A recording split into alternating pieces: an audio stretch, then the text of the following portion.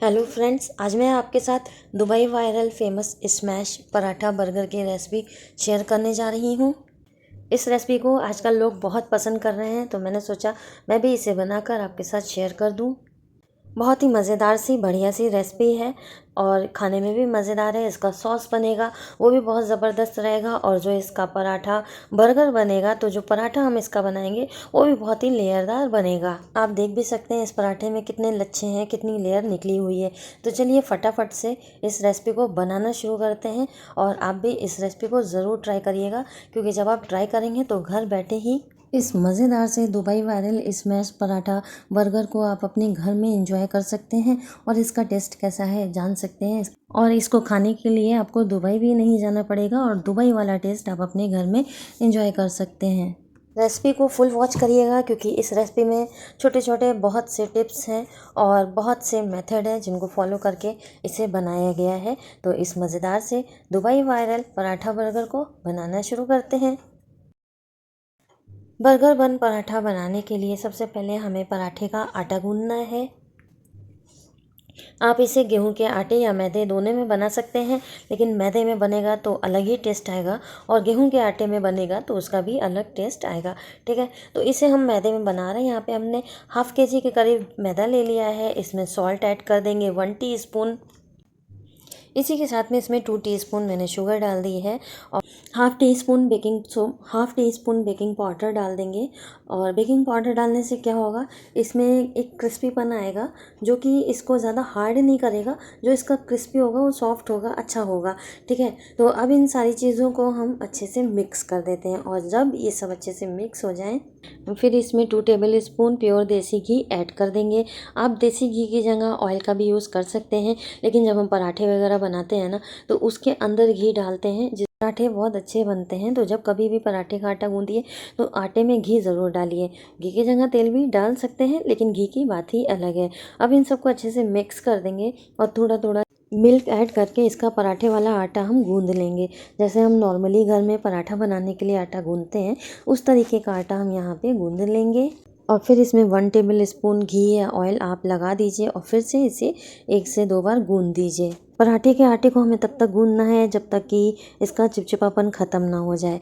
जब चिपचिपापन ख़त्म हो जाएगा तो समझिए आपका पराठे का आटा अच्छे से गूंद चुका है। जब ये गूंज जाए फिर आप इसके ऊपर 1 टेबल स्पून घी या ऑयल लगा करके एक बार फिर से इसको आप रख दीजिए और कवर कर दीजिए। 20 मिनट्स का इसे रेस्ट दे दीजिए। तो पराठे का आटा यहाँ पे गूंज चुका है। अब चलिए इसके लिए हम कबाब रेडी करते हैं, जिसके लिए मैंने यहाँ पे एक बड़ा प्याज ले लिया है, कुछ हरी मिर्चें ले ली हैं, और यहाँ पे मैंने कुछ ताज़ा धनिया की पत्तियाँ ले ली हैं। हरी मिर्चें आप अपने टेस्ट के हिसाब से लीजिएगा, क्योंकि इसमें हम आगे ब्लैक पेपर पाउडर और रेड चिली पाउडर भी ऐड करेंगे। तो यहाँ पे प्याज, मिर्चा और धनिया को अच्छे से हम बारीक बारीक कर लेंगे। इसे एकदम बारीक बारीक चॉप कर देंगे। ये देखिए हमने इसे बिल्कुल बारीक चॉप कर दिया है, बिल्कुल बारीक कर लिया है। और अब इसे हम कीमे में मिक्स कर देंगे। यहाँ पे जो हमने कीमा लिया है, ये मशीन से निकला हुआ कीमा है। ये हाफ केजी के करीब है। इसमें 1.5 टेबल स्पून जिंजर गार्लिक का पेस्ट ऐड कर दिया है। इसी के साथ में कुछ पाउडर मसाले जैसे कि black pepper powder, red chilli flakes, भुने हुए कुटे हुए ज़ीरे का powder, red chilli powder, salt और धनिया पाउडर डाला है। धनिया पाउडर भी भूनकर कूट कर लेंगे तो बहुत ही ज़बरदस्त सा टेस्ट आएगा। अब हम इन पाउडर मसालों को कीमे में डाल देंगे। आप हमेशा ध्यान रखिए, चीज़ें वही रहती हैं, लेकिन जब मसाले ताज़े कूटे हुए होते हैं तो उनका बहुत ही अच्छा सा फ्लेवर आता है। और इसी के साथ में प्याज, धनिया, मिर्चा जो हमने बिल्कुल बारीक कर लिया था, उसको भी इसमें ऐड कर देंगे। एक अंडे को तोड़कर इसमें डाल देंगे, और 2 टेबल स्पून भुना हुआ बेसन इसमें मिला दिया है। इन सारी चीज़ों को अब हम अपने हाथों से अच्छे से मिक्स कर देंगे। ध्यान दीजिएगा, जो बेसन हमने इसमें डाला है वो बेसन भुना हुआ है। उसको हमने भून लिया है तवे पर, ठंडा करके फिर डाला है। और कीमा भी मशीन का निकला हुआ एकदम बारीक है। ठीक है, अब इन सारी चीज़ों को हम खूब अच्छे से मिक्स कर देंगे। अगर आप टेस्ट कर सकते हो तो टेस्ट कर लें। मुझे थोड़ा इसमें रेड चिली पाउडर और ब्लैक पाउडर और चाहिए था, तो मैंने इसमें 1 टीस्पून रेड चिली पाउडर और 1 टीस्पून ब्लैक पेपर पाउडर और ऐड कर दिया है, जिससे इसका टेस्ट थोड़ा सा खुल कर आएगा। और फिर मैंने इसमें 2 टेबल स्पून प्योर देसी घी ऐड कर दिया है। बहुत ही मज़े का इसका टेस्ट आने वाला है। आप इसे जैसे आप कबाब बनाते हैं ना घर में, उस तरीके से भी सारे मसाले ऐड करके मिक्स करके बना सकते हैं। इस तरीके से भी हम कबाब बनाते हैं। तो ये देखिए घी भी डाल दिया है। अब इन सब को हम अपनी हथेली के थ्रू बहुत अच्छे से मिक्स कर देंगे और फिर इसे भी कवर करके 15 टू 20 मिनट्स के लिए हम साइड में रख देंगे, जब तक कि यहाँ पे हमारा आटा अच्छे से ढल चुका है। ये देखिए ये कितना सॉफ्ट है, आप देख रहे हैं ना। हमने इसे मीडियम गूंदा था। थोड़ी देर के लिए जब हम इसे रेस्ट करने रखेंगे तो ये और ढल जाएगा। अब इतने गूंदे हुए मैदे में हम 8 पेड़े कट करेंगे और एक एक करके इन्हें एक ट्रे में हम रख देंगे। जितने भी आटे की आपने बॉल्स रेडी की है, इन सब के ऊपर आप ऑयल या घी लगा दीजिए, या तो फिर आप इन बॉल्स को घी या ऑयल में डिप कर करके इसे एक ट्रे में रख दीजिए और इसे हल्के नम कपड़े से कवर कर दीजिए। और अब चलिए इसके लिए एक सॉस रेडी करते हैं। सॉस आपकी सर्विंग पे डिपेंड करता है कि आप कितने बर्गर बना रहे हैं, ठीक है। यहाँ पे हमने 1 कप मेयोनीज़ ले ली है, 1 टेबल स्पून इसमें केचप ऐड कर दिया है, 1 टेबल स्पून हम इसमें रेड चिली सॉस ऐड कर देंगे, 1 टीस्पून हमने इसमें मस्टर्ड सॉस भी ऐड कर दिया है। इस पराठा बर्गर को जब हम बनाते हैं ना, तो इसमें इस सॉस का बहुत ही ज़बरदस्त सा रोल है। इन सॉसेस के अलावा हमने इसमें 2 से 3 कली लहसुन की एकदम बारीक बारीक क्रश करके, ग्रेट करके, आप देख रहे हैं ना, इसमें ऐड कर दी है। बहुत ही ज़बरदस्त और बेहतरीन सा ये सॉस बनकर रेडी होगा और इस सॉस का इस रेसिपी में अहम रोल है। इन सब चीज़ों के साथ में इसमें हम 1 लेमन जूस भी डाल देंगे।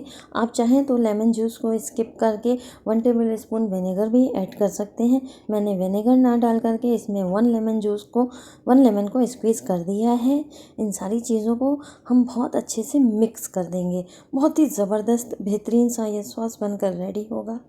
जब ये सब अच्छे से मिक्स हो जाए, फिर आप इसमें पिकल पेपर 1 से 2 टेबल स्पून और कुकुम्बर, या तो आप पिकल कुकुम्बर भी ऐड कर सकते हैं या नॉर्मली जैसे मैं डाल रही हूँ इसको भी ऐसे ही डाल करके इनको अच्छे से मिक्स कर दीजिए। लेकिन अगर आपको कुकुम्बर डालना है तो थोड़ी देर के लिए अगर आप इसे गर्म पानी में विनेगर डाल करके सोक करके रखेंगे तो उससे भी इसका टेस्ट बहुत ज़बरदस्त आएगा, वरना आप नॉर्मली ऐसे भी डाल दीजिए, ठीक है। तो यहाँ पर इनको भी डालकर हमने अच्छे से मिक्स कर दिया है। अब एक बर्तन में 2 टेबल स्पून मैदा और 4 to 6 टेबल स्पून ऑयल या घी ले लीजिए और इनको अच्छे से मिक्स करके एक पेस्ट रेडी कर लीजिए। लच्छा पराठा बनाने के लिए अक्सर हम लोग इस पेस्ट का इस्तेमाल करते हैं। तो यहाँ पे हमने इसे अच्छे से मिक्स कर लिया, इसमें बिल्कुल भी लम्स नहीं है, बिल्कुल बढ़िया सा पेस्ट बनकर रेडी हो चुका है। अब जो हमने यहाँ पे मैदे की बॉल्स को बना के रखा था घी लगा करके, ठीक है, उसको हम यहाँ पे थोड़ा सा इस तरीके से चपटा करेंगे और फिर इसे बिल्कुल पतला बारीक हम बेल देंगे। अब जो पेस्ट हमने घी और मैदे का बनाया था, उस पेस्ट को इस पूरी रोटी के ऊपर हम अच्छे से लगा देंगे, सब जगह लगा देंगे। और अब हमें इसे कट करना है। ध्यान रखिएगा कैसे कट करना है, कितने पीसेस होने चाहिए आप यहाँ पे देख लीजिए। अब एक कटर की हेल्प से हम इसकी बिल्कुल पतले पतले से इसे स्ट्रिप में कुछ इस तरीके से कट कर लेंगे। बहुत ही पतले पतले स्ट्रिप में हम इन्हें कट करेंगे, देख लीजिए कुछ इस तरीके से। और फिर इनको हम फोल्ड करेंगे। इनको हम दोनों साइड से कुछ इस तरीके से करते हुए फोल्ड करेंगे। और अगर ये स्ट्रिप्स आपसे इस तरीके से फोल्ड ना करते बने तो एक छुरी की हेल्प से आप इन्हें दोनों साइड से फोल्ड करते हुए लाइए सेंटर में। उसके बाद इनको आप हल्का सा ट्विस्ट करते हुए रोल करेंगे। थोड़ा सा पहले ट्विस्ट करिए और फिर इसे हल्का हल्का सा स्ट्रेच करिए टैप टैप करते हुए कुछ इस तरीके से। इससे ये लंबाई में बढ़ जाएगा। और फिर इसके दोनों साइड को आप फोल्ड करते हुए लाइए और एक के ऊपर एक करके इस तरीके से रख दीजिए। आप देख रहे हैं ना। और फिर इसे ऊपर से कुछ इस तरीके से हल्का सा प्रेस कर दीजिए। आप देख रहे हैं इसमें ऐसे ही लेयर दिख रही है और जब ये पकेगा तो इसकी लेयर और निकलेगी। तो हमने यहाँ पे बर्गर के लिए पराठे बनाने थे, उनको इस तरीके से करके रख लिया है। इसके ऊपर हम थोड़ा थोड़ा सा ऑयल डाल देंगे। ऑयल से इसकी लच्छे और अच्छे से खुलेंगी और फिर इसके पराठे बनाना शुरू करते हैं। सबसे पहले आप अपने हाथों से हल्का सा टैप टैप करते हुए आप इसको बड़ा कर लीजिए साइज़ में। ये देखिए कुछ इस तरीके तरीके से लेयर भी आप देख रहे हैं ना कितनी सारी दिख रही है। तो इस तरीके से इसे हल्का सा टैप टैप करते हुए आप इसे साइज़ में बड़ा कर दीजिए। इसे बस नॉर्मली एक बन के जितना साइज़ होता है ना उतना ही बड़ा करना है, उससे ज़्यादा आपको इसे रोटी के साइज़ के बराबर बड़ा नहीं करना है। बस टैप टैप करते हुए आप इसे कुछ इस साइज़ में बड़ा कर लीजिए। तवे को गर्म होने के लिए रख दीजिएगा और उसके बाद आप इसे तवे पर रख दीजिए। एक बार में 4 पीस, 5 पीस, 3 पीस जितने भी आप रेडी कर सकते हो, जो साइज़ आपके तवे का है उस हिसाब से आप इनको तवे पर रखिएगा। मैंने एक बार में 4 पीसेस को रखा है, ये देखिए कुछ इस तरीके से। और जब ये एक साइड से हल्का सा सिक जाएंगे फिर हम इसे पलट देंगे और दूसरी तरफ से भी सिकने के लिए रख देंगे। और फिर इसके ऊपर मैं ऑयल डालूँगी। आप चाहें तो यहाँ पे घी का भी यूज़ कर सकते हैं या घी का यूज़ ना करके ऑयल का भी यूज़ कर सकते हैं, लेकिन पराठे का आटा गूँथने में आप घी ज़रूर यूज़ करिएगा। गैस की फ्लेम को यहाँ पे आप एकदम स्लो रखिएगा और थोड़ी थोड़ी देर पर इसे उलटते पुलटते हुए दोनों साइड से हमें इसे पकाना है, क्योंकि ताकि ये अंदर तक अच्छे से पक जाए और इसकी लेयर अंदर तक अच्छे से खुले। ध्यान रखिएगा, ये एक टिप्स है। गैस की फ्लेम को बिल्कुल स्लो रखिएगा और फिर इनको पलटते हुए आप दोनों साइड से धीमी धीमी आंच पे अच्छा सा गोल्डन कलर आ जाने तक इसे सेकिएगा। और आप देखेंगे ना कि इसके लच्छे भी अच्छे से खुलने लगे हैं। इसमें ज़्यादा ऑयल और घी की ज़रूरत है नहीं, क्योंकि हमने इसके अंदर बहुत सारा ऑयल और घी लगाकर गूंधा भी है और फिर इसे हमने ऑयल में लगाकर रखा भी था। तो इस टाइम बस हमें हल्का हल्का सा ही इसके ऊपर ऑयल भी लगाना है और इसे हल्का सा गोल गोल घुमाते हुए हल्का हल्का सा प्रेस करते हुए हमें इसे सेकना है। आप चाहें तो इसे इस तरीके से कवर कर दीजिए जिससे ये बहुत अच्छे से अंदर तक पक जाए, जैसे बेक नहीं होता है ना उस तरीके से। तो यहाँ पे हम इसे इस तरीके से कवर करके भी रख सकते हैं। ज़्यादा देर के लिए मत छोड़िएगा, ना पता चला कि नीचे से एक लेयर पूरी जल जाए। ठीक है, थोड़ी देर के लिए हम इसे कवर करेंगे और फिर इसका कवर हटा करके हम फिर से इन्हें पलट देंगे। तो इससे क्या है ना, ये दोनों तरफ से अच्छे से सिक जाएंगे, पक जाएंगे। आप देख रहे हैं ना इनकी लेयर भी खुलने लगी है। तो एक एक करके हमने इन्हें पलट दिया है और अब हम इसे हल्का हल्का सा प्रेस करते हुए सेकेंगे। इसे ज़्यादा कस के नहीं दबाना है, बस हल्का हल्का सा दबा दबा करके हमें इन्हें सेकना है। थोड़ी थोड़ी देर बाद इन्हें पलटते भी रहिए। आप देख रहे हैं ना इनके लच्छे अच्छे से खुलने लगे हैं।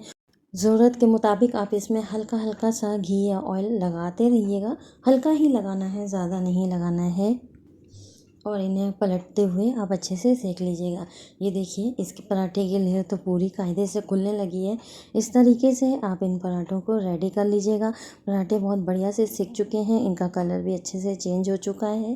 तो सारे पराठे हम एक एक करके इसमें निकाल लेंगे जितने बनाए हैं, और फिर इसी तवे पर हम बाकी के पराठे सेकने के लिए रख देंगे। और सेम यही प्रोसेस से हम इन मज़ेदार से लच्छे पराठों को रेडी कर लेंगे। और अब इन बर्गर बन के लिए कबाब को देख लेते हैं। यहाँ पे इसको भी रेस्ट करने का अच्छा खासा टाइम मिल चुका है। इसे एक बार फिर से हम अपने हाथों से अच्छे से मिक्स कर देंगे और फिर इनकी हम टिक्कियाँ बना लेंगे।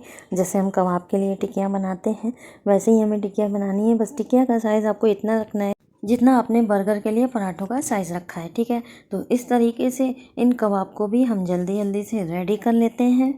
फिर इस तवे पर थोड़ा सा ऑयल डाल देंगे और इसके ऊपर रिंग में कटे हुए ऑनियन को हम रख देंगे। ये इसलिए करेंगे जिससे ऑनियन कैरमलाइज हो जाए और इसमें एक स्मोकी सा फ्लेवर आ जाए। ठीक है, तो ऑनियन को इस तरीके से उलटते पुलटते हुए हम कैरमलाइज कर लेंगे। इसी के साथ में कबाब को भी हम तवे पर सेकने के लिए रख देंगे। ठीक है, तो ऑनियन यहाँ पे हो चुका है, इनको हम एक एक करके निकाल लेते हैं, एक प्लेट में रख लेते हैं और फिर इसी तवे पर हम कबाब को भी रेडी कर लेंगे। ठीक है, तो ये देखिए एक एक करके हमने जितनी भी बर्गर बनाने थे उतनी कबाब की पैटीज़ को इसके ऊपर रख दिया है और अब हम इसे सेक देंगे। ज़रूरत के मुताबिक आप इसमें ऑयल डाल दीजिए और उसके बाद इन्हें अच्छे से सेक दीजिए। और जब ये एक साइड से सिक जाएंगे तब हम इसे कुछ इस तरीके से पलट देंगे। और क्योंकि इसे स्मैश्ड बर्गर बन बोला जाता है इसलिए हम इसे किसी भी चीज़ से हल्का हल्का सा इसे दबा देंगे, इसे स्मैश, जिससे ये स्मैश्ड हो जाएगा, इसका एकदम परफेक्ट लुक आएगा। अब देख रहे हैं ना, इसको आप किसी कटोरी से या जिस तरीके का चम्मच का मैं यूज़ कर रही हूँ उस तरीके से आप हल्का हल्का सा दबा करके इन्हें सेक दीजिए। इससे इसका टेस्ट भी ज़बरदस्त आएगा और इसका लुक भी वैसा स्मैश्ड पराठा बर्गर की तरह आएगा। तो ये देखिए, ये बहुत ही जल्दी बनकर तैयार हो जाते हैं। इनको बिल्कुल भी सिकने में टाइम नहीं लगता है। बस इन्हें मस्त दोनों साइड से अच्छा सा सेक दीजिए आप, और फिर इसके ऊपर आप चीज़ के स्लाइसेस को रख दीजिए।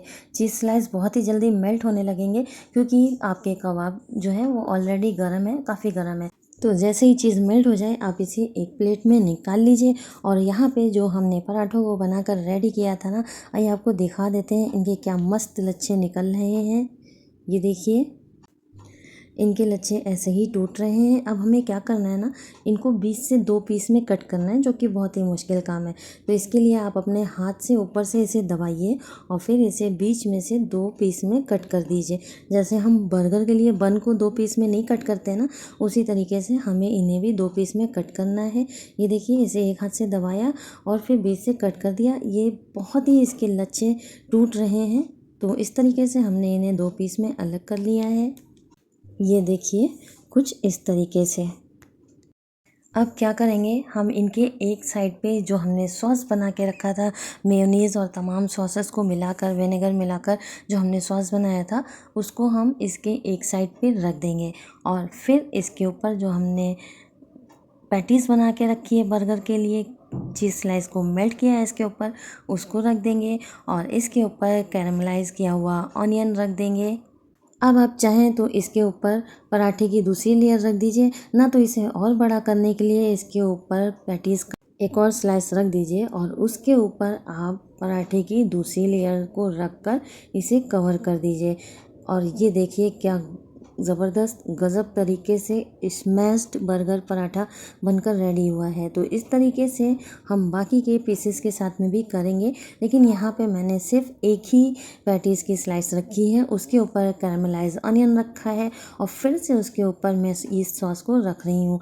यकीन मानिए, बहुत ही ज़बरदस्त ये सॉस, लेकिन क्योंकि इसकी लेयर पहले से अलग हो रही है, ये स्मैश्ड बर्गर बन है, तो इसलिए अगर हम इसे एक बटर पेपर से रैप कर देंगे तो ये कैरी करने में आसान रहेगा और खाने में भी आसान रहेगा। ध्यान रखिएगा, बटर पेपर से इसे रैप ज़रूर कर दीजिएगा। तो ये देखिए, यहाँ पे दुबई वायरल पराठा बर्गर बनकर तैयार है। Dubai viral smashed paratha burger बनकर तैयार है।